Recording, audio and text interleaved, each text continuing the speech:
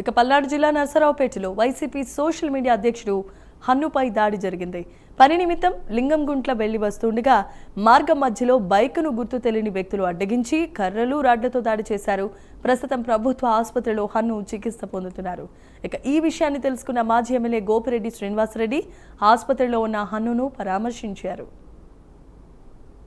రాత్రి 9 గంటల ప్రాంతంలో హన్ను అనే YSR Congress party social media Narasaraopet పట్టణ సోషల్ మీడియా అధ్యక్షుడు ఇతని మీద తెలుగుదేశం పార్టీకి సంబంధించిన గూండాలు కార్యకర్తలు సుమారు 6 నుంచి 10 మంది దాకా దాడి చేసి తల మీద తీవ్ర గాయం 7 కుట్లు పడ్డాయి. చెయ్యి ఇక్కడ కుడి చెయ్యి కుడి మోచేయి కుడి భుజం దగ్గర కూడా గట్టి దెబ్బలు తగిలి గాయపరచడం జరిగింది. ఈ రోజు రెడ్ బుక్ రాజ్యాంగం అని చెప్పి మీరు అమలు చేసే కార్యక్రమంలో భాగంగా సరే కేసులు పెడుతున్నారు. కేసులు పెడితే మేము వాడి బెయిల్ తీసుకొని బయటకు వచ్చే కార్యక్రమం చేస్తాం. ఈ రోజు కేసులు కూడా పక్కన పెట్టి భౌతిక దాడులు చేయటం ఎంతవరకు సమంజసం?